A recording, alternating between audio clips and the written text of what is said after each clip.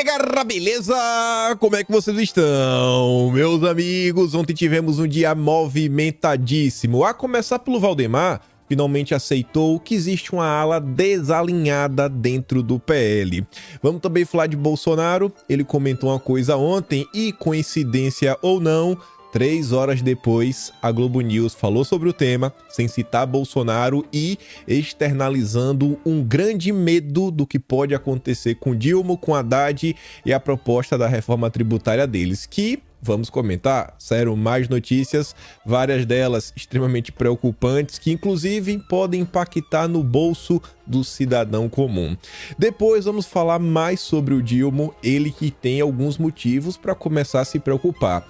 Críticas vindas da direita é normal, é o padrão, mas críticas vindas da esquerda estão começando a aumentar, estão começando a subir o tom, e não é qualquer tipo de crítica, são críticas bem direcionadas, mostrando como o Dilma, no final do dia, além de estar muito mais do que patinando, está traindo as pautas da esquerda. Então a gente vai comentar sobre isso, acho que vocês vão gostar. Depois, olhem só, o retrato do entreguismo. Lá foi o Dilma entregar nossas riquezas na Europa. O show de horrores. E saíram algumas notas que eu quero mostrar para vocês sobre o real interesse, dos europeus em relação não só ao Brasil como à América Latina, que vocês vão colocar a mão na cabeça e falar, meu Deus, o que é que tá acontecendo? E nesse âmbito, o Dilma mais uma vez foi criticado pela turma da esquerda. Vocês vão ver quais são as acusações que foram feitas. E no final, espero que dê tempo de a gente comentar sobre a decisão que precisa ser listada aí, os seguidores de Bolsonaro nas redes sociais. Espero que dê para comentar, porque eu trouxe a decisão completa, na íntegra, analisar ela, sair do que está sendo noticiado da imprensa.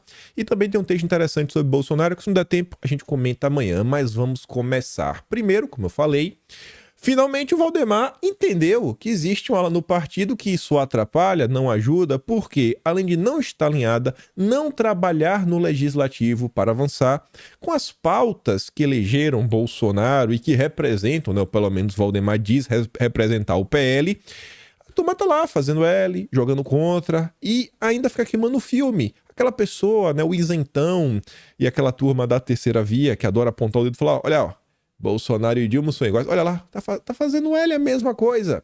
E foi o caso do Yuri do Paredão. Ele que já tinha batido foto lado a lado com Lula e o Valdemar passou pano. Ele que saiu para passear com os ministros do Lula e o Valdemar passou pano de novo. Agora o Yuri do Paredão apareceu fazendo L mais uma vez, só que ao lado de 2 ministros. Aí agora parece que foi o finalmente. Finalmente, inclusive, no tema é como o Valdemar, ficar se escondendo. É a terceira vez. Não é a primeira nem a segunda. Foi a terceira vez, Valdemar? Solicitei ao diretório do PL no Ceará a abertura do processo de expulsão do deputado federal Yuri do Paredão. Ao que tudo indica, o parlamentar licenciado parece não comungar com os ideais do Partido Liberal. No primeiro momento, achei importante. Eu acho que não só o Yuri do Paredão, como mais uns 15, pelo menos, mereciam, chamar para perto, quem sabe dar o chapéu, ó, pode ir embora, vida que segue, você não é bem-vindo aqui porque você não comunga dos mesmos valores. Mas enfim, eu tava passando na rede social, vi essa postagem aqui do Jordi, que eu tendo a concordar, até mudou um pouco minha opinião. O Jordi falou assim, ó, presidente, você está fazendo o que ele quer. Ele quer ser expulso para poder levar o mandato dele. A melhor alternativa seria deixá-lo no sal, sem comissões, sem fundo, sem diretórios, sabe? Um cara sem nenhum poder dentro do PL. E se ele tentar sair do partido, perde o mandato. Avalie. Eu acho que o Jordi não tá errado nessa, não.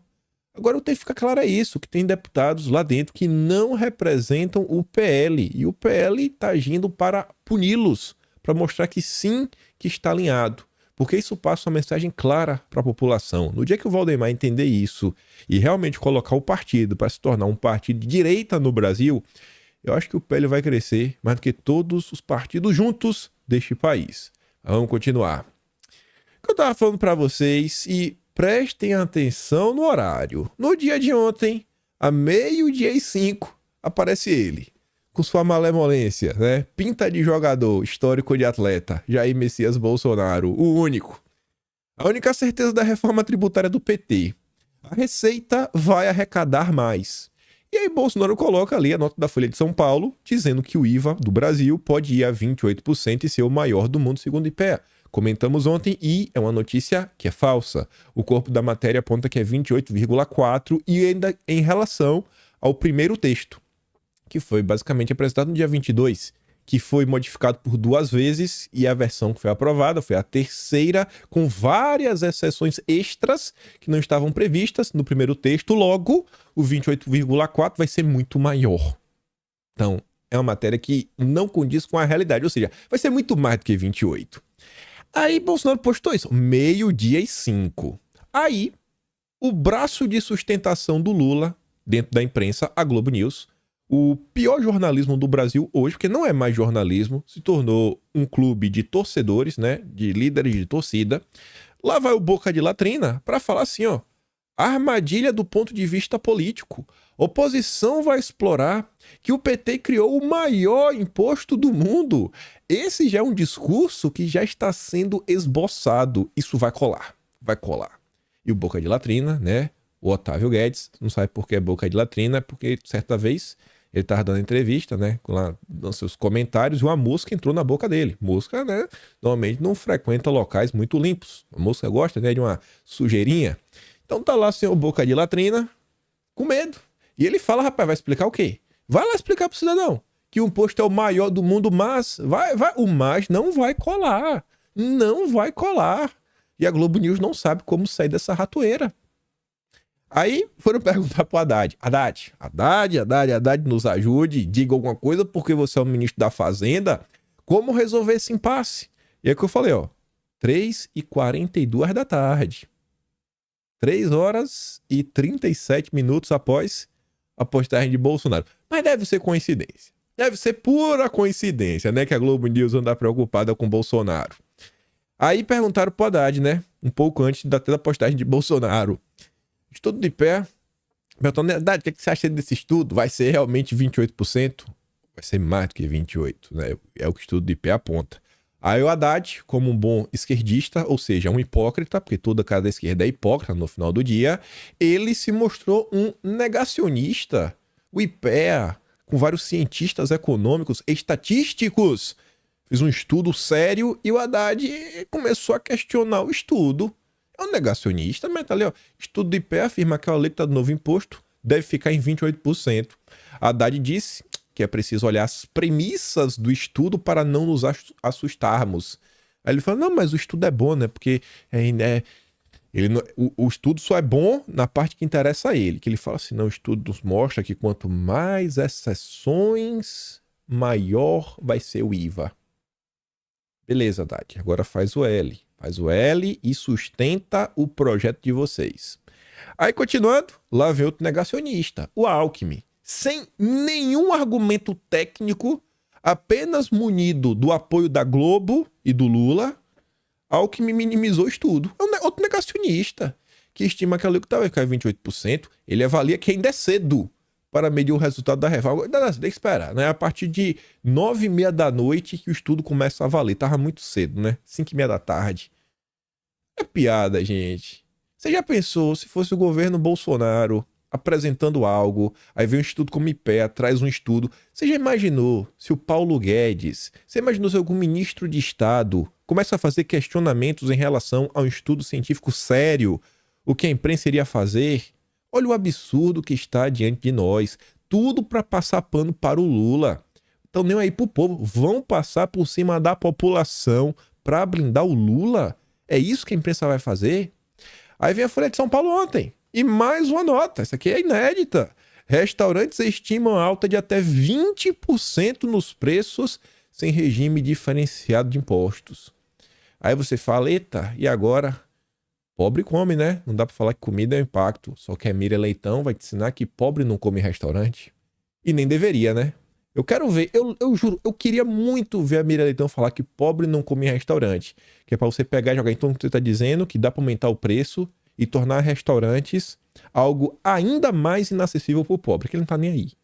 Isso não faz parte do sonho do pobre, então ele não pode frequentar restaurante. Rapaz, como isso aqui é elitista? Como isso daqui é elitista? Quero ver quem é que vai defender que restaurante tem que ser mais caro. Pobre não pode usufruir disso aqui também? Mas tudo bem, né?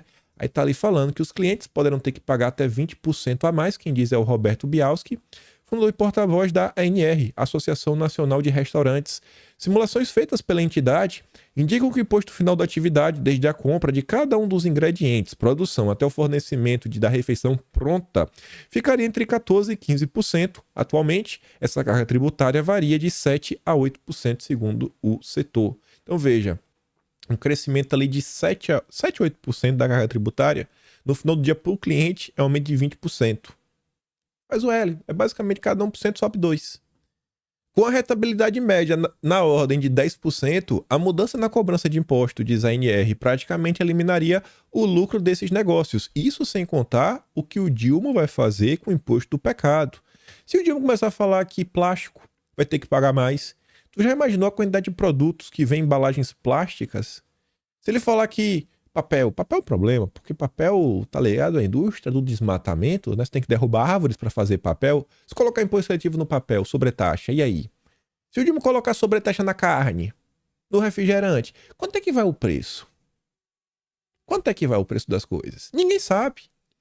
Eu acho que esse cara que tá sendo bondoso em falar de 20%, eu acho que vai ser mais. Para sobreviver, afirma Bialski, haveria necessidade de reajustar os preços entre 15% a 20% para fazer frente ao aumento. Um segundo efeito, segundo a ANR, seria um estímulo duplamente negativo. Primeiro, a sonegação de impostos e segundo, contenção de crescimento. Há empresas que estão no Simples Nacional, no Simples, né, Nacional, regime simplificado de recolhimento de tributos para micro e pequenas empresas, você vai acabar tendo um incentivo enorme para que o setor não se capitalize, não cresça, ou pior ainda, vai ter sonegação como existia antes. Os restaurantes se alinham ao setor hoteleiro na demanda pela manutenção de um regime diferenciado de tributação. Inclusive, eles demonstram que em outras localidades, como por exemplo na Europa, que é de onde vem a ideia do IVA, né, que já é praticada lá há muito tempo, os restaurantes possuem uma alíquota diferenciada, muito menor do que a alíquota padrão. Mas e aí? O cálculo inicial de 20% era uma alíquota só. Será que o problema não está na reforma em si, né, o problema estrutural da reforma? Vamos parar para ver. O que fica aparecendo é que Bolsonaro, mais uma vez, estava certo ao criticar a reforma tributária que estava sendo proposta pelo Dilma.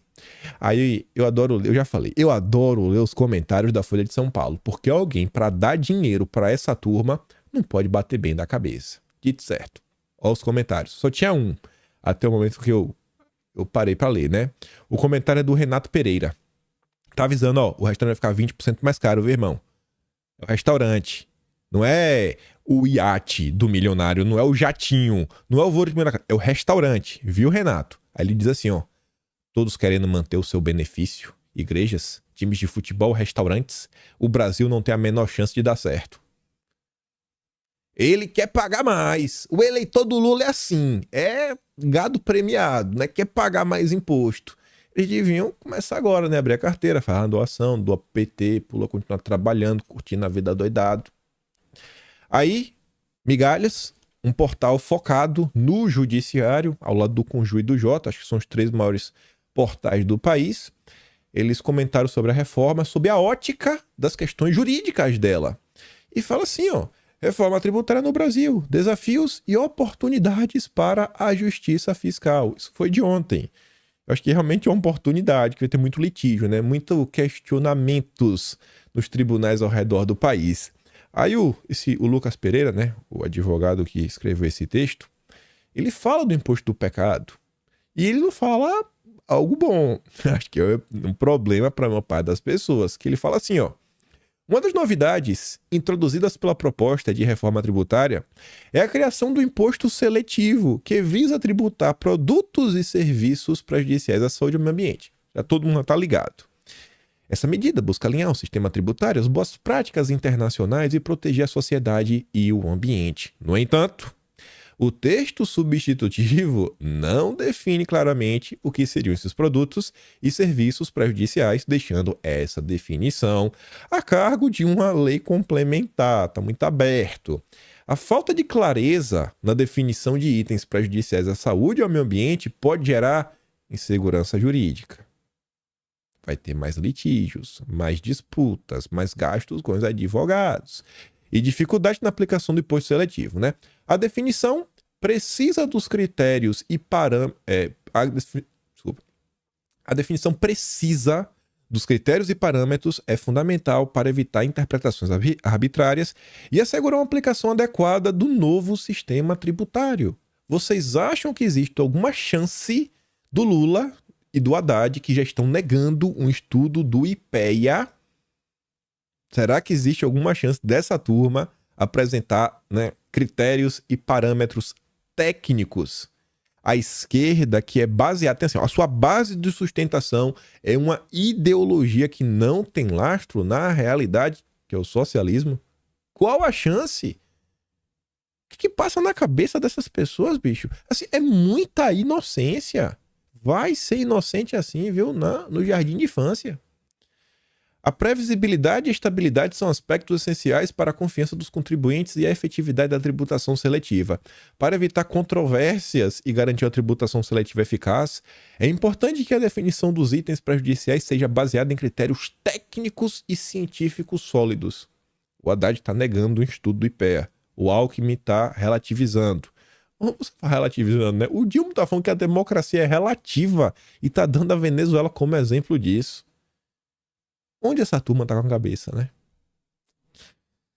Mas vamos falar do Dilma. Falei que ele está sendo criticado pela esquerda. Só que antes de falar das críticas, até para você entender melhor essas críticas, temos que falar primeiro de alguns elogios. Não apoiaria Bolsonaro de novo. E Haddad é 10. Quem diz isso é o dono do Habib's. Você deu entrevista aí para falar que Haddad é 10. Haddad é 10. E o empresariado está com ele. Ou seja, o Haddad está fazendo tudo que os grandes empresários brasileiros, bilionários querem. Uma política neoliberal. O Lula governa para Faria Lima. É isso aí, né? Tá fazendo valer. Mas enfim, Saraiva disse que quando Haddad foi escolhido, havia uma preocupação, mas hoje o empresário está em total apoio. Perceberam que o Haddad é um neoliberal. De 0 a 10, o Haddad é 10. Sem sombra de dúvidas. Bastou isso acontecer para você ver esse tipo de coisa. Guga Noblar, vocês devem conhecer, está liberado comer no Habib's de novo. Dono do Habib's diz que não apoiaria mais Bolsonaro e Haddad é 10. A UOL, o empresário diz que o empresariado está em total apoio ao Haddad. Sobre Lula, avalia que teve um período meio complicado, mas quando assumiu agora está tendo sorte, as coisas estão favoráveis e competência também. Você percebe como é o pensamento da esquerda?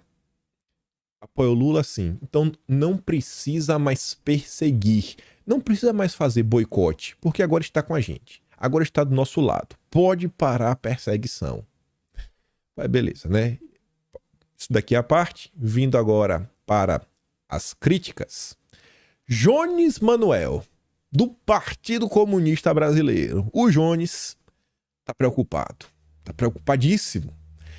Camarada, ó, meteu camarada, já sentiu o tom, né? Camaradas, é preciso que toda a militância e povo trabalhador do Brasil saiba que o governo Lula, a partir do Ministério da Fazenda, busca fazer um ataque que nem o FHC, nem o Temer, nem mesmo o Jair Messias Bolsonaro conseguiram. O Haddad e o Lula estão querendo atacar os pisos constitucionais da saúde e educação. Rapaz, é mole? Tá aí, ó. Tesouro sugere limitar pisos de saúde e educação.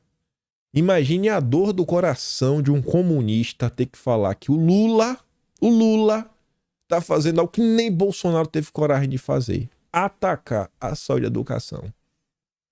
Pesado, hein? Lula, não faça isso, Lula. Lula que falava que tem que parar de falar gasto, que investimento em educação não é gasto, é investimento, né? Dinheiro da educação não é gasto, é investimento. Rapaz, virou gasto agora, está limitando. O que é que está acontecendo? Está traindo as bases da esquerda? Sim, óbvio. O Lula, no final do dia, falei para vocês, ele é o vassalo do Biden e da turma da Europa. A gente vai comentar o que ele foi fazer lá na Europa, né? Tava lá em Bruxelas. Aí você vê, Jair Castanho, do PDT, Mais simples do que isso, impossível. Acabou o efeito da super safra do Bolsonaro. Começou o efeito do neoliberalismo de Haddad. E o que é que ele comenta? Uma nota do Globo, que é até difícil do Lula criticar, que mostra que a atividade econômica teve queda de 2% no mês de maio. PIB negativo, faz o L, revisando para baixo. Ontem eu vi um comentário do Amazônia Azul falando o seguinte, que durante 4 anos de governo Bolsonaro, todo mundo errou as expectativas para baixo, porque eles estavam torcendo para dar errado, estavam tentando sabotar o governo. Já no governo Dilma, todo mundo está tendo que fazer revisões para baixo, porque eles apostaram lá em cima, né? Fizeram revisões gigantescas e a coisa tá indo na contramão. Torcida que chama, né? Tá ali, ó. Prévia do PIB tem pior queda para mais 5 anos. Não é qualquer queda, é a pior em 5 anos. Nem mesmo com a pandemia, o Brasil tá sofrendo o que o Dilma fez agora. Rapaz, o Dilma tá de... Dilma, pare! Não quebre o Brasil, irmão. Olha, o resultado foi o pior já registrado para o mês em 5 anos. Também foi o pior desempenho mensal desde março de 2021, quando a prévia do PIB tombou 3,5%. O resultado ficou abaixo da mediana das projeções do mercado financeiro. O mercado achou que ia ser ruimzinho, mas ficou muito pior. O Lula dobrou a meta. Além do Castanó, que é do PDT, Ciro Gomes, que era o candidato do PDT, também está comentando. Falando o seguinte, Ciro dispara contra o governo, contra o programa automotivo do Lula, né? E diz que é uma aberração. E novo produto digital, o ex-ministro criticou a iniciativa encampada pelo Geraldo Alckmin, mas também que o Lula chancelou, né? Tá ali, o pedetista chamou o programa automotivo, sucesso popular que chegou a ser prorrogado, de aberração. Sucesso popular, a torcida da imprensa. Que sucesso, meu Deus do céu. Que sucesso foi isso daí. Quem é que no Brasil hoje tem condição de tirar 70 mil reais do bolso para comprar um carro? Que o Lula falou que ia governar para os pobres, né? Eu não acho que isso aí é pobre. Mas tudo bem, acho que o Lula tá governando para classe média. Alta, para cima. Na avaliação de Ciro, o dinheiro gasto em iniciativas como essa seriam mais bem aplicado em outras áreas, como a saúde. O cashback do governo à indústria automobilística moribunda seria, por exemplo, dinheiro suficiente para pagar todas as cirurgias eletivas dos que hoje vegetam em uma fila maior que 1 ano de espera. Errado não tá, né? E aí, sobre essa questão, por mais que o Dilma abriu, né, a oportunidade para salvar a indústria automobilística, o Metrópole nos informa que a Volkswagen suspende contrato de 800 trabalhadores em Taubaté. Parece que não foi tanto sucesso assim, né? Tanto sucesso, não sucesso popular, parece que não está sendo repercutido, né, no chão de fábrica. A medida será adotada a partir do dia 1º de agosto por um período que varia de 2 a 5 meses. A decisão da montadora foi comunicada aos sindicatos metalúrgicos de Taubaté e região, que é a Sindimetal, e de acordo com o Sindimetal, o objetivo da medida é adequar o volume de produção da indústria à baixa demanda do mercado. Mas segundo os jornalistas torcedores do Estadão, foi um sucesso. Sucesso popular. E as fábricas fechando, dando layoff, parando em produção. Sucesso. Nossa Senhora. Eu acho que aquela prorrogação que teve foi para carro, para locadora, não? Ou tô errado? Fazer o quê, né? Só o L. E vamos continuar. Preço de ovos dispara e tem maior alta em 1 década no Brasil. Não precisa falar mais nada, né? Não precisa falar mais nada. E aqui mais uma postagem de mais um perfil ligado à esquerda. Perfil que é eleitor do Ciro Gomes também. É o Tatu no Toco. Ele fala assim, ó. Na verdade, ele coloca a notícia ali do UOL, que diz que o Ministério Público Federal vai à justiça contra o padrão estético imposto pelas escolas cívico-militares. É um absurdo! Como assim os meninos com cabelo cortado? Como assim as meninas todo cabelo penteado de coque? vestindo farda limpa sem tapa. Absurdo! Absurdo! Não é isso que queremos? Não é esse tipo de escola que o PT gosta? A esquerda tá em todo canto. Aí eu tô todo falar assim, ó, imagina o dia que o Ministério Público Federal descobriu o padrão estético das escolas públicas civis. Escola pública normal. Não precisa nem falar nada, né? Nem a esquerda mais tá aguentando a agenda woke, que o Dilma abraçou, mas com força. Abraçou com força. Olha a cara dele. Você vê a cara de assim, rapaz, tô entregando o Brasil, tô entregando a massa, mano. Eu estou demais, eu vou ganhar um prêmio Nobel. Ele tá achando que vai ganhar o Nobel, né? Vai ganhar 1-0 do Biden. Mas vejam só. Antes do Dilma viajar, todo mundo meio que já sabia o que seria discutido. A CNN noticiava que já falava assim, ó, Lula embarca a Bélgica para a cúpula da América Latina e Caribe com a União Europeia. A nota dizia que, na ocasião, devem ser discutidos questões como mudança no clima, óbvio, é só isso que o Dilma sabe falar agora, comércio e desenvolvimento sustentável, quase a mesma porcaria, inclusão social, recuperação econômica após pandemia, transição energética, ou seja, limitar o crescimento energético brasileiro, é isso que eles querem. Não, o Brasil não pode explorar petróleo, tem que produzir hidrogênio verde para vender para eles. É engraçado isso, ó. Eles querem que o Brasil invista, gaste, né, não se desenvolva no primeiro momento para produzir hidrogênio verde, que o hidrogênio verde brasileiro depois vai ser encapsulado para vender para a Europa. É basicamente isso. Mas ele tem as explicações deles. Enfim, transformação digital justa e inclusiva. Aqui eu acho que parte da questão de regulamentação da censura.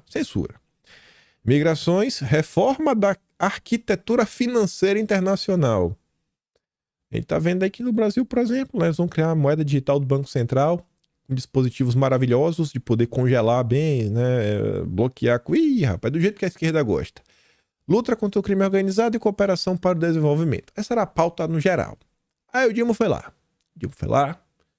Logo em seu primeiro discurso, Globo News relatou, falando assim, ó.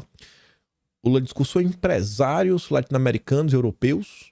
Ele citou logo na primeira parte a necessidade de conclusão do acordo entre o Mercosul e a União Europeia.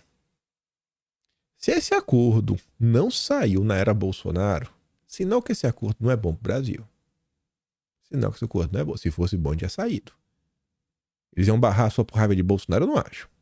No final do dia, geopolítica, a turma tá indo pro bolso e pro dinheiro. O Dilma foi lá para entregar, porque é um acordo que não tem chance de ser benéfico para o Brasil, até porque a Europa está cada vez exigindo mais e mais questões ligadas à proteção ambiental e que muita gente está apontando que pode prejudicar não só a indústria nacional, como também o agro brasileiro. Mas acho que é isso que o Dilma quer. Ele quer entregar o Brasil de joelhos. Aí veja só como são as coisas. Vamos começar a juntar agora as informações. A Folha de São Paulo nos conta que a Europa, olha como eles são bonzinhos, vão investir 242 bilhões de reais na América Latina e no Caribe. E a Úrsula, ela fez esse anúncio ao lado do Lula. Ó, apertou a mão, fez o pacto. Meu Deus do céu. E que projeto é esse? Global Gateway. Eu vim descobrir o que era esse projeto, eu acho que no ano de 2020 ou foi 2021. A primeira postagem que eu vi sobre isso, eu comentei na época, eu acho que foi quando a gente tava comentando assim uma série de vídeos sobre a nova Rota da Seda. E aí tinha um perfil no Twitter que é de um engenheiro Luiz Cláudio. Ixi, esqueci o nome agora. Luiz Paulo. Ele vai ficar até chateado comigo. É capaz de estiver vendo, né? Aí eu lembro que era um perfil no Twitter que postou sobre isso. Ele fez uma postagem falando desse Global Gateway, que é basicamente o mesmo projeto. É a nova Rota da Seda, só que dos europeus. Vocês conhecem muito bem quais são os objetivos da nova Rota da Seda, né? É interligar o planeta, de modo que quem vai mandar é aquele país vermelho. E eles só querem comprar só coisa ruim. Infraestrutura crítica, como por exemplo o setor de energia, aqueles setores que fazem parte da soberania nacional, que se você abrir mão, pode esquecer a nação soberana. Eles querem comprar isso. Eles querem comprar infraestrutura ligada à logística, como portos, aeroportos, pontes, que tudo faz parte de um sistema que sem aquilo também o país para.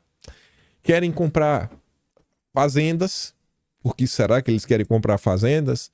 Então é só coisa boa, cara. Eles só querem comprar coisas que não são estratégicas, né? Tô sendo irônico. E aí os europeus, receosos, pô, peraí, temos que lançar a nossa nova Rota da Seda. No final do dia, o Brasil continua sendo uma colônia. Muda, né, de um para o outro. Você vê que a gente tem um governo que é colonialista, né? Não que a gente colonize outras pessoas, mas que quer ser colonizado. O Lula é um entreguista, mas tá ali. O programa geral prevê até 2027, olha como a Europa é boazinha, presta atenção, um investimento total de 300 bilhões de euros. Ou seja, não é 242 bilhões, ali no primeiro momento. Até 2027 é 1,6 trilhão em todo o mundo. Talvez seja os 242 só na América Latina e Caribe. Esse dinheiro vai ser usado para quê? Para ajudar o Brasil a sair da miséria? Para as pessoas terem saneamento básico, melhores empregos? Não. Esse dinheiro será utilizado em projetos de infraestrutura climáticos e digitais. Para quê? Para fortalecer as cadeias de abastecimento da Europa, impulsionar o comércio da União Europeia e ajudar a combater a mudança climática. Ou seja, a Europa vai investir em infraestrutura para quando eles tirarem as riquezas do Brasil, ficar mais barato de levar. Porque, pô, é difícil, né? Você exportar coisa. Você tem que ter uma infraestrutura, você tem que ter porto para levar o diamante, metais preciosos, metais raros, lítio, né? Que está em alta, das baterias. Você tem que ter infraestrutura. Então a Europa vai investir para baratear para eles. Para o Lula entregar de forma mais fácil. Aí você fala, não, que tu tá falando isso daí porque tu não gosta do Lula. Tu tem raiva do cara, não fala isso não, pô. O Lula não quer entregar o Brasil, não. O Lula, Maria, é o grande neoliberal, aprendeu com o Fernando Henrique Cardoso. Isso daí deve ter aprendido mesmo. Vamos dar uma olhada. A Folha de São Paulo postou a nota, que não é da Folha, né? Eles só repostaram. Acho que até porque dificilmente alguém na Folha de São Paulo tem capacidade de escrever uma nota dessa. A nota original é do Financial Times e fala assim, ó. Europa volta a caçar metais preciosos na América Latina. O texto já é bem tendencioso, né? A Europa quer investir na infraestrutura. Para quê? Para ter os metais preciosos da América. Quem poderia imaginar? Mas vamos continuar, né? Ele diz que nessa semana tem uma grande cúpula. União Europeia, América Latina, Caribe, em Bruxelas. É exatamente isso que a gente tá falando, né? Tá bom. No momento em que a Espanha assume a presidência rotativa de 6 meses do Conselho Europeu de Países Membros da União Europeia. A primeira parte do texto analisa a nova relevância da relação União Europeia-Latino América no contexto dos minerais críticos. A obsessão do momento. Então quer dizer que vai investir o dinheiro no Brasil para tirar as nossas riquezas a preço de banana. A segunda parte dessa nota, né, analisa como a OMC pode lidar com os impostos de fronteira de carbono e o futuro da própria organização. Aí fala assim, colonialismo e minerais críticos. Veja. Lá vem alguns emissários europeus, liderados pela Espanha, América Latina, querendo metais preciosos. Já vimos isso antes? Sim. Não acabou realmente mal para os habitantes locais? Sim, mas é isso que o Dilma quer fazer no Brasil.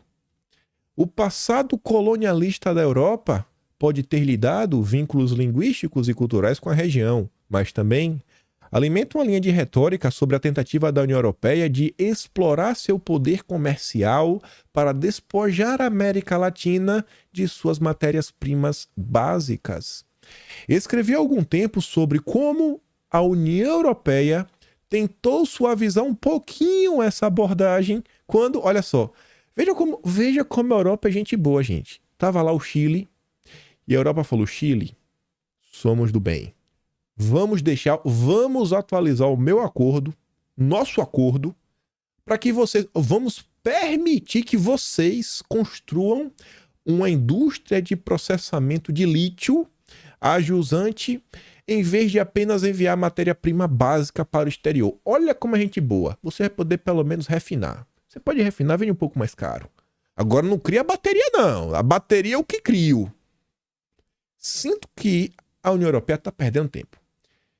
Queria, se alguém conhecer o Dilma, fala Dilma, fala para Úrsula ligar para o Zema, que o Zema é outro entreguista. O Zema estava indo lá para os Estados Unidos entregar o material na matéria-prima básica, o grande liberal, que só olha o dinheirinho, acabou. Quer tirar dele que está cru e mandar.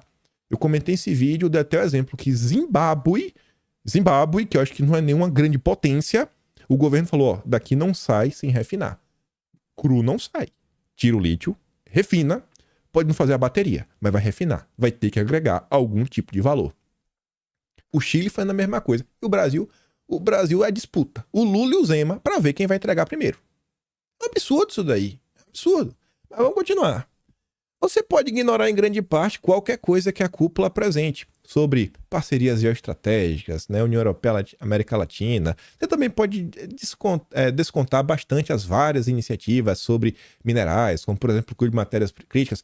Cara, isso daí tu pode olhar, muita coisa narrativa, porque ele fala assim, não tem força legal, né, nem um orçamento muito grande de compra generalizada para dar muita força. Então tudo que eles falam lá, vamos fazer isso, vamos fazer uma parceria disso, vamos fazer agora um novo programa disso. Isso daí tu pode, sabe, deixar de lado. Tu pode falar, isso não é importante. Agora tem uma coisa que a Financial Times coloca assim, não perca o foco disso. Isso é sério. Isso é sério pra valer. E é o quê, Há, porém, um prêmio substancial óbvio, que é a ratificação do acordo comercial preferencial entre a União Europeia e o Mercosul. É o que o Dilma falou que ia fazer, né? É que o Dilma prometeu que ia fazer. Esse ano ainda. O acordo foi assinado em 2019, mas desde então, né, definhou, porque a Amazônia estava pegando fogo no governo Bolsonaro. Além, olha só, de preocupações da Argentina e do Brasil, de que isso esvaziaria ainda mais sua base manufatureira, né? Iria atrapalhar ainda mais a indústria brasileira. Mas o Lula falou, vamos ter. Vou assinar, vai sair esse ano ainda. Nem o Financial Times tá conseguindo defender o indefensável. Mas a imprensa brasileira defendeu o Lula. Rapaz, a gente vai chegar lá. Aí, nessa matéria ainda fala sobre a OMC e como a Europa está trabalhando para avançar com a agenda do carbono, que o Lula defende, falando assim, criticando a solução de disputas. Não pretendo criar o hábito de usar esse boletim para acrescentar notas de rodapé à coluna Segredos Comerciais da semana anterior, mas gostaria de acrescentar um ponto ao meu argumento de que a ala de solução de disputa da OMC, embora enfraquecida, pode ser capaz de difundir a precificação do carbono ao redor do mundo. Aí diz que a União Europeia apresentará unilateralmente, eles não estão nem aí para ninguém, sua medida de ajuste de fronteira de carbono. Um grupo de países liderados pela Índia entrará com processos na OMC contra ela. Se essa Câmara de Arbitragem, né, da OMC, que é a CBAM, sobreviver, na verdade, se esse projeto, né, sobreviver, talvez, com alguns ajustes, incentivará os parceiros comerciais a adotar preços de carbono semelhantes para evitar tarifas. E o esquema de comércio de emissões da União Europeia será internacionalizado. Tadã! E onde é que o Dilma tá? Tá lá na Europa, entregando o Brasil, entregando a Amazônia. Antes de mostrar as críticas da esquerda em relação ao próprio Lula, pra vocês não acharem que só a direita tá criticando ele, pra você ver como realmente é um absurdo.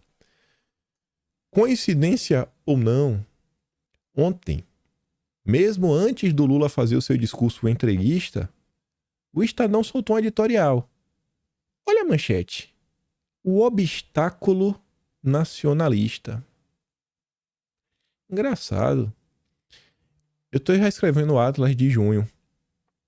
E aí no início de junho não, no mais ou menos no meio de junho, lá para dia 15,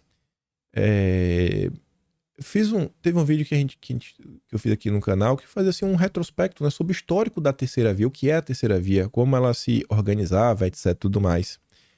E aí mostrava que desde 1998 foi a primeira reunião lá do Tony Blatt e tudo mais. E essa turma, a terceira via, que é basicamente o globalismo personificado, eles apontavam que um dos problemas era uma agenda nacional. A agenda nacional é tudo global. Olha só, o que é o globalismo? É o global. É o nome que tá falando, né? Globalismo. Globo, um só. Um governo global. Quando você pega o nacionalismo, ou então o soberanismo, né? As nações soberanas, é exatamente o oposto. Aí o Estadão está falando que se preocupar com a soberania nacional é um obstáculo. Em qual contexto o Estadão está falando isso? A oportunidade de encaminhar o acordo União Europeia-Mercosul na cúpula entre CELAC e União Europeia será desperdiçada se Lula insistir em manter prerrogativas do Estado de negociar com empresas improdutivas. Não se preocupa não, o Lula não é um obstáculo. O Lula, ele não é um cara preocupado com a nação. Ele não é um soberanista, ele não é um nacionalista. O Lula é um entreguista. O medo do Estadão já foi dissipado. Em seu primeiro momento, sua primeira oportunidade, o Lula já ratificou, né, que ele quer, porque quer assinar esse acordo ainda este ano. Só que interessante é o seguinte, veja como o jornalismo brasileiro odeia o Brasil. O impasse final, né? Por que esse acordo meio que não iria sair do papel? Veio por reações protecionistas de ambos os lados. Protecionismo à indústria por parte dos latino-americanos e protecionismo à agropecuária por parte dos europeus, dissimulados, respectivamente, sobre preocupações sociais e ambientais. Mas o Estadão diz, estavam dissimulados. Balela, eles só estão preocupados com proteger a indústria deles. Pressionados por movimentos ambientalistas, assustados com os desvarios de Bolsonaro, os europeus passaram a demandar a inclusão de um anexo com novas exigências ambientais. E aí o Estadão encerra esse editorial falando que para o Lula só resta preservar as prerrogativas do Estado de fazer negócios com empresas improdutivas apadrinhadas, desculpa, que o Lula quer preservar, ainda que isso implique prejuízos para o setor produtivo em geral e para o consumidor brasileiro. É hora dos prejudicados se fazerem ouvir. O Estadão está falando que eles são prejudicados e que o Lula não deve abraçar a agenda de proteção da indústria nacional. Bom, o Lula ouviu o Estadão. Ouviu. Tá claro no discurso dele. Mas você percebe o que está sendo colocado na mesa? Você percebe o que eu estou falando para vocês há pelo menos... Deve ter uns 6 meses, pelo menos, que eu estou falando, pessoal, ao redor de todo o mundo vem emergindo movimentos soberanistas, tentando resgatar a tradição dos países, né? Esse sentimento de nação, um projeto de país. Se lembra lá atrás que eu falei para você, gente, precisamos começar a discutir um projeto de nação. Para quando alguém pensar, pô, falta um projeto de Brasil e pensarem nisso, eles olharem para ele e falar, pô, a direita é o único grupo pensando num projeto de país. O que é que a imprensa não quer? O que é que o Estadão, o veículo da terceira via, não quer? Um projeto de nação. Não pode ser um problema. O que é que Bolsonaro representava? Brasil acima de tudo. Deus acima de todos. Um projeto de Brasil. União Nacional. Tá lá na frente do vídeo, mas não sei se vai dar tempo de comentar hoje. Ontem Bolsonaro postou um vídeo perguntando o seguinte: a quem interessa nos dividir? Bolsonaro falava, pode privatizar? Pode, mas tem que perguntar para quem, para quê, se vale a pena ou não. Tem alguns setores que são estratégicos. É o pensamento no Brasil, o pensamento da nação, um pensamento de um projeto de país, tudo que a imprensa não quer. E aí, esse acordo, a União Europeia, ela não vai rever a parte dela. Ou seja, ela vai manter a parte que protege o agronegócio deles, ou seja, que vai prejudicar o nosso agro, e o Brasil e o Mercosul tem que abrir mão, né, das suas prerrogativas e ver as suas indústrias também serem prejudicadas. É um verdadeiro acordo do perde-perde. Perde na indústria, perde no agronegócio. Mas é melhor assim. Por quê? Porque é melhor, não questione. É o projeto da terceira via, de destruição nacional. Renato colocou até a foto ali, ó, do Dilma. Falando assim, ó, o aperto de mão entreguista. Enquanto Lula passeia, curte o verão europeu, segue afirmando o compromisso de entrega do solo brasileiro à dinastia europeia, a exploração do petróleo da foz do Amazonas continua sendo proibida e o país continua sendo desindustrializado com apoio do Pacto de Transição Climática e da ideologia da reforma tributária da fome. Resumiu tudo. Aí que eu falei, não é só a direita que tá falando sobre isso. Isso daqui é tão absurdo que qualquer brasileiro que toma conhecimento do que está acontecendo deveria estar indignado. O perfil que eu comentei esses dias, Gringa Brasília, hein? Aquela que tá falando com os bolsonaristas, deixem de me seguir. Não quero. Vocês são muito chucros. E eu acho que eu não sou. Ela compartilha a notícia do Canal Rural que falava, ó, acordo entre União Europeia e Mercosul pode sair em 2023, diz o Lula. Aí é o que ela disse. O governo Lula segue exatamente o roteiro que o governo dos Estados Unidos, né, o Partido Democrata, o Biden, direcionou. E que acordo é esse? Avançar acordos na América Latina com a Europa e não com os comunas.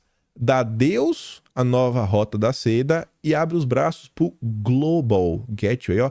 O Gateway seria um portão, né? De portão, basicamente isso daí. Então seria um portão para o mundo. É o Lula, não é um governo global. Brasil, colônia, segue as ordens do império, enquanto abana o seu rabinho e focinha entupidas de botox nos carpetes vermelhos do palco global. É a esquerda que tá falando isso do Lula. A esquerda que tá comentando sobre isso. Olha como a agenda verde se tornou uma das coisas centrais do governo do Dilma. E é um tema que eu vejo que ainda falta conhecimento por parte dos nossos deputados, o entendimento real de como isso vem sendo problema. Você vê, por exemplo, o Valdemar, tá perdido. Tá lá, reforma tributária, Bolsonaro é um maluco, somos a favor, o Brasil precisa de reforma tributária, hahaha, Yuri do Paredão, meu amigo, agora, eita, não é mais meu amigo não, foi expulsado do partido. Aí a mesma Gringa Brasília, ela falou, não quero bolsonaristas me seguindo. Eu falei, vou continuar seguindo, tô nem aí. Quero ver o material, porque muita coisa não tenho tempo de pesquisar. E ontem ela veio com a denúncia interessante, que ela aprenderia se ela parasse também para ouvir o outro lado. Porque tem algumas informações para complementar. Eu não sabia disso, mas na hora que eu ouvi, eu falei, rapaz, ela esqueceu de uma coisa. E é o quê, ó? Amazônia 4.0. Vejam como a rica biodiversidade da Amazônia brasileira está sendo entregue para grupos que representam os interesses do grande capital estrangeiro, patrocinados por quem? USAID e fundações dos Estados Unidos. Mais uma vez a USAID. Isso é um absurdo. E ela marca o Aldo Rebelo e o Plínio Valério, presidente da CPI das ONGs. Aí eu fui dar uma olhada, né? Vamos dar um zoom aqui na imagem. Na parte de cima tem um textinho que ela fala assim, ó. A incalculável biodiversidade da Amazônia, com potencial gigantesco de valiosas patentes únicas, está sendo abertamente entregue ao grupo do grande capital internacional, o governo dos democratas, e seus aliados no Brasil, grupo que emplacou todos os cargos importantes no governo do Dilma, que tocam na Amazônia. Por trás do angélico marketing de salvar a floresta está o interesse do grande capital. Veja quem está financiando esse projeto. Aí, aqui, né? Pesquisadores propõem criação de um biobanco de dados genéticos de espécies amazônicas. Tem cheiro de biopirataria. Pegar o que o Brasil tem, mapear e usar, produzir coisas, depois vender, né, e ainda ter que cobrar royalty em cima. Coisa que é do Brasil. Mas o Brasil não pode explorar. Os gringos podem, porque é isso que o Dilma quer. Aí, deixa eu ver. A iniciativa integra o projeto Amazônia 4.0, idealizado pelos professores Carlos Nobre, Ismael Nobre, do Instituto de Estudos Avançados da USP, que busca elaboração técnica e tecnologias que atribuam valor agregado aos recursos amazônicos. O Amazônia 4.0 funciona a partir de laboratórios criativos da Amazônia que vão a campo para a capacitação e implantação de tecnologias para as populações tradicionais. Aí eu vou dar um zoom, né? Nós trabalhamos para desenvolver a melhor bioeconomia para o mundo. Não é para o Brasil, é para o mundo.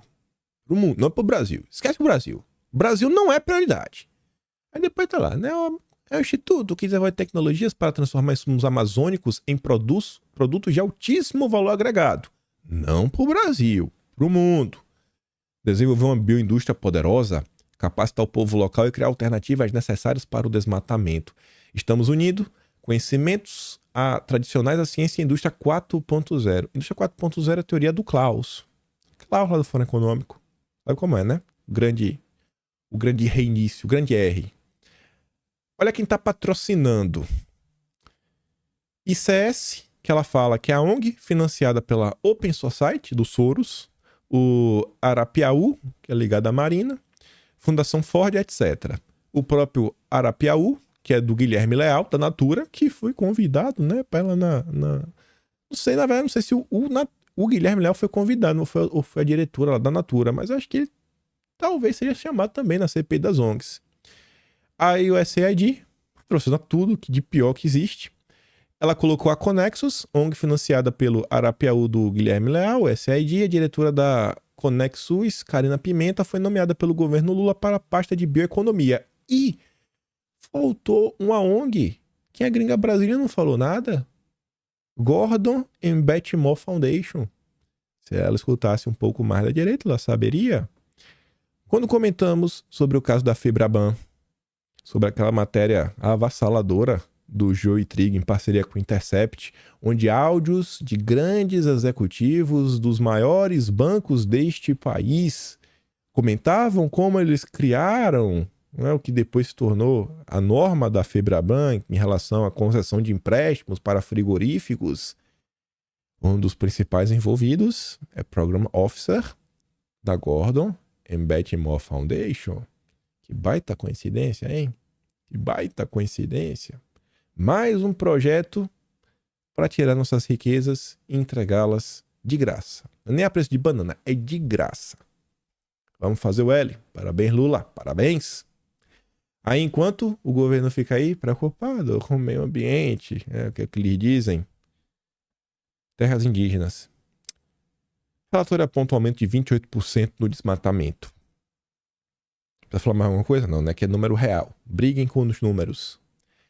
Aí, enquanto o Global Gateway, que é criar infraestrutura para levar as riquezas do Brasil, a BR-319, que é para conectar pessoas, para dar independência. As pessoas às vezes ficam doentes, tá lá em Porto Velho, tá doente, precisa ir para um centro, tá em Manaus, que é em todo lugar. Não tem. Tá aí, ó. É assim que é o percurso. Ônibus. Eu não sei nem atolado, né? Porque o ônibus caiu da balsa. Não sei nem como é que explica isso daqui. Aqui não pode. A BR-319 não pode ser asfaltada. Porque o Dilma não quer, os zongueiros não querem. Tem pessoas que fazem parte do judiciário também, acho que também não seria muito importante. E estamos aí nesse grande impasse. Aí quando você acha que você já viu de tudo... esse rapaz aqui é do MBL. Olha a genialidade do cidadão. Desde a matriz energética a plano diretor, assim. E os resultados disso, te confesso que ainda tá muito nebuloso, assim, não somente para mim, né, para eles também. E foi um investimento trilionário que foi realizado. Mas como tá tendo muita sinalização de virtude, quem faz muita coisa é a Alemanha. É? A Alemanha, e olha que engraçado, a Alemanha tomou a frente da questão ambiental no governo Merkel. Foi o primeiro país, o governo conservador. Conservador. Foi o primeiro grande país a se preocupar com a questão ambiental. Outro país que também começou a dar uma engrenada interessante na responsabilidade ambiental foi a Inglaterra. Durante o governo Boris Johnson. Era um louco, mas sabia muito da questão ambiental. Então, se tu olhares ao redor do mundo, os partidos que estão tomando iniciativas interessantes na questão ambiental são os partidos mais conservadores. E outra coisa, agora na disputa que teve na França, a Le Pen, tem várias críticas a ela, mas ela foi a candidata da questão ambiental. Não, Macron. Uma mulher de extrema direita, né? Então, pra te ver, só nossa extrema direita aqui que fica com um argumento... Um sorvete na testa. Um sorvete na testa, um argumento de, não, isso aí é pauta de esquerdista, sabe? É lamentável.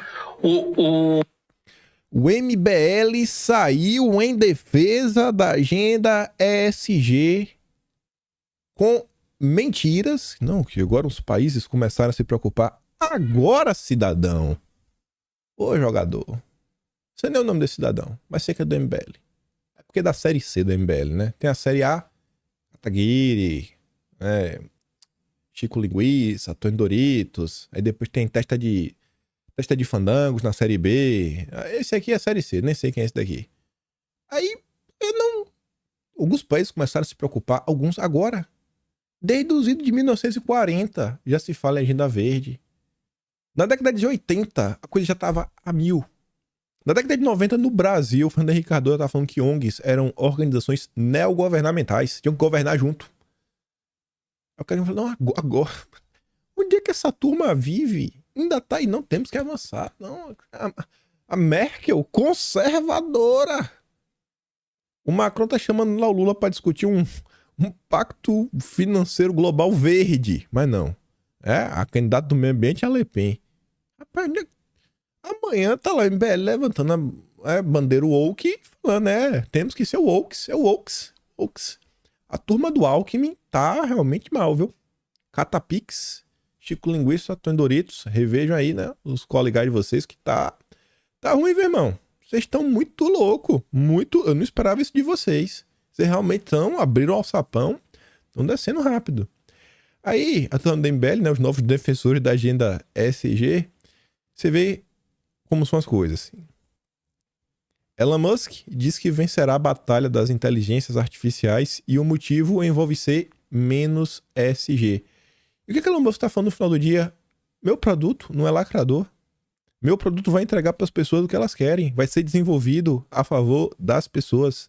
Vai realmente ser algo útil, sem um viés. Vocês já tentaram utilizar as opções que tem no mercado? O próprio ChatGPT? Rapaz, eu faço umas perguntas às vezes, eu falo, irmão, eu só queria essa resposta. Eu não preciso desse disclaimer extra, que não sei quem é um herói, é do bem, é do amor, que não pode criticar essa pessoa. Calma. O cara tá ali, ó. Falando dessas empresas, todos esses mandatos de ESG que empurram as empresas em direções questionáveis. Falando que todas as empresas abraçaram essa agenda. Como empresa não negociada publicamente, a XAI não está sujeita a incentivos baseados no mercado, nem incentivos não baseados no mercado como ESG. Abraça aí essa agenda maluca. Vamos trabalhar para ter um bom produto. As pessoas estão começando a acordar que isso vai dar errado em algum momento. Isso daqui eu vou comentar depois, porque é com explicação maior. E já está com 57 minutos e eu quero falar um pouco da decisão de Bolsonaro. Só terminar com essa. Ó. Olhar apurado da correspondente Priscila Yazbek. Abre a discussão sobre o uso do dinheiro público. Qual é a discussão? Primeira-dama passeia por Bruges durante viagem do Dilma à Europa. Fala, não, vou curtir a vida doidada enquanto o Dilma está na reunião. Aí que depois eu comento, isso aqui é com calma, é o Dilma falando sobre regulamentação das redes, pedindo um apoio internacional. Eu quero falar sobre a decisão. Um vídeo que tem mais de uns 10 minutinhos, 8 minutinhos no máximo, espero. Onde teve a notícia falando que a PGR solicitou que as redes sociais enviem os dados aí de seguidores de Bolsonaro. Olha, para que está realmente acontecendo, né? Até para poder criticar de forma mais correta, o Rogério Marinho fala o seguinte: sanha persecutória, inexplicável. Ameaça clara a liberdade de expressão, tempos sombrios em nome da democracia, se ataca e se aspezinha direitos. Essas são as falas do Rogério Marinho, nosso senador. E aí, ao invés de ficar restrito a matérias, eu fui procurar a íntegra. E eu sei que é costume do Poder 360, que não é costume de outros jornais, sempre que eles falam de uma decisão dessa, que vai a nível judicial e que é polêmica, normalmente eles trazem a decisão na íntegra. Então, lá meio que já sabia que ia ter, tanto tá aqui embaixo, ó, eis a íntegra. Cliquei para dar uma olhada. Essa daqui é a primeira página, pessoas, primeira página, pessoas. Vamos aqui ver o que foi realmente pedido. Não é difícil de entender. O procurador, ele começa comentando, né, dando assim uma certa retrospectiva histórica. Ele fala que inicialmente, em 13 de janeiro, foi protocolada, né, uma petição que pedia o quê? Os dados, né, metadados, etc, tudo mais. Na verdade, queriam preservar o vídeo postado e apagado no perfil de Bolsonaro. Que eu não acho que nem foi postado e apagado. Porque postar é fazer o upload. Eu não acho que o Bolsonaro fez um upload. Pela imagem que circulou na internet, aparentava que Bolsonaro tinha compartilhado. sem querer, que foi inclusive o que ele falou no depoimento.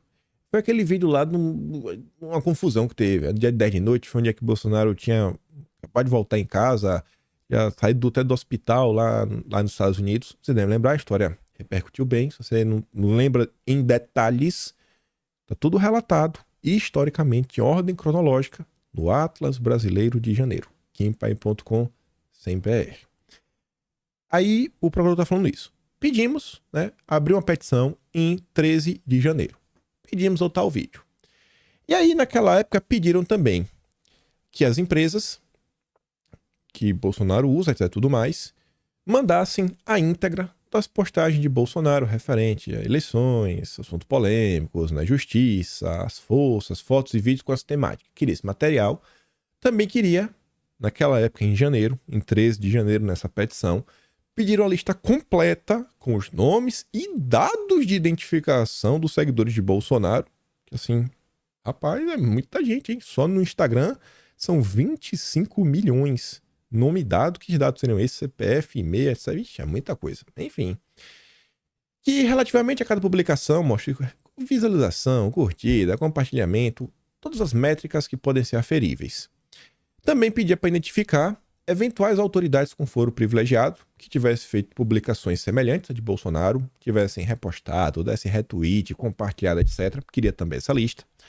E também queria que fossem identificados, isso na petição de janeiro, fornecendo também dados pessoais, né? As pessoas que tenham repostado, retweetado e que tenham nas redes sociais mais de 10 mil seguidores. Perfis grandes. Para permitir, né, a aferição do alcance, da difusão ou do impacto das publicações iniciais. Aí, essa petição que foi apresentada em 13 de janeiro foi para a PGR. Aí a PGR retornou, né, se manifestou apresentando e fez 3 determinações. A primeira determinação da PGR naquele momento foi a expedição de ofício ao provedor de aplicação do Meta, requisitando a preservação do vídeo postado e apagado pelo perfil de Bolsonaro, que eu não sei se foi postado e apagado, acho que foi compartilhado. E aí a PGR também tinha determinado a realização de oitiva de especialista em comunicação política de movimentos extremistas. Chamou um especialista para aferir os potenciais efeitos de postagens como em telemovimento de apoiadores. Rapaz, se conseguir encontrar uma pessoa assim, deve ser filiado do Partido Comunista Brasileiro. Para falar que Bolsonaro tinha que estar preso, enjaulado. Especialista em movimento, meu Deus do céu. E também outro especialista de monitoramento de grupos de apoiadores de Jair Bolsonaro. Também é meio complicado, né? Nas redes sociais e nas plataformas de mensageria como WhatsApp, Telegram, a fim de colher informações. Aí a PGR determinou essas 3 coisas, mas, analisando-se os requerimentos formulados pela PGR, constata-se que não houve pleito referente às oitivas de especialistas em B e C. Por mais que tenha determinado, isso não aconteceu. Não aconteceu. E aí a PGR, ela não fez o B e C pelas seguintes razões. Primeiro, o titular da ação penal entendeu que, a princípio, preservar o vídeo postado por Bolsonaro seria suficiente para apuração sobre a eventual autoria de atos de incitação à prática de crimes. Segundo, com os requerimentos posteriores, a PGR visou a obtenção de dados concretos que pudessem fundamentar uma análise objetiva do alcance das mensagens, vídeos e outras manifestações feitas por Bolsonaro. Terceiro, com o vídeo preservado e os dados fornecidos pelas empresas, a PGR teria elementos objetivos para avaliar se houve incitação e qual a possível extensão dos danos provocados pelas informações danosas postadas por Bolsonaro. Porque quando você pega um especialista para falar o que Bolsonaro sofreu, não, é uma coisa meio subjetiva, né? E quando você tem assim um vídeo mesmo, um elemento real, você pode ser mais objetivo, né? Se você olhar assim no Código Penal, eu acho que é mais simples. E aí, em relação aos 2 últimos itens, você vê no item 4, ó, a extrema dificuldade de identificar um especialista em monitoramento de grupos de apoiadores de Bolsonaro que executasse um trabalho isento, sem qualquer viés ideológico ou partidário. É por isso que não teve esse, porque é meio complicado, né? É complicado você achar um cara meio que imparcial, técnico.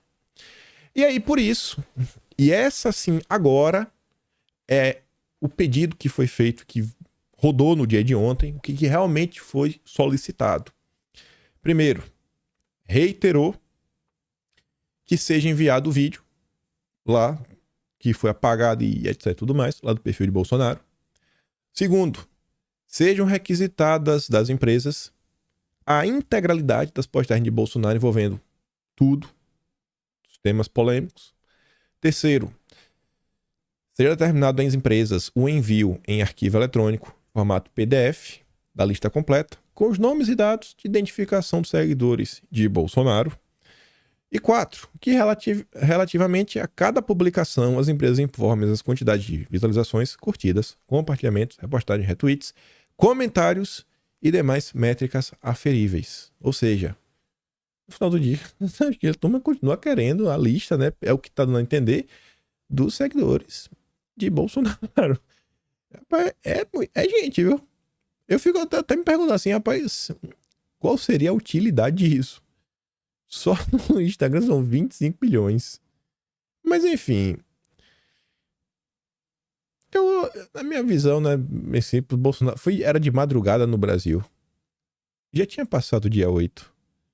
Eu acho que olha só, se acha que se Bolsonaro ele quisesse ter feito alguma coisa realmente para criar confusão, ele não teria compartilhado e tirado o compartilhamento, ou postado e apagado.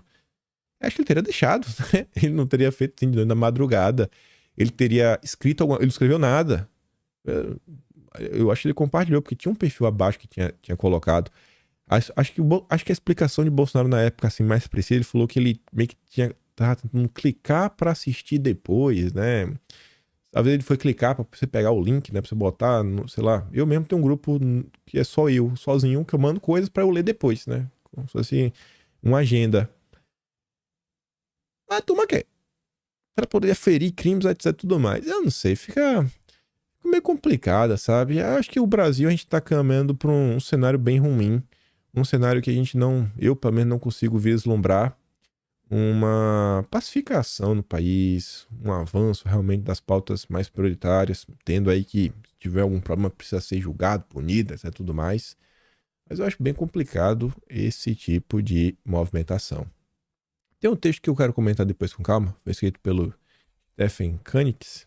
E aí, só para encerrar e mostrar o que eu tinha dito para vocês, lá atrás, Bolsonaro postou um vídeo que eu achei bem interessante, perguntando, né?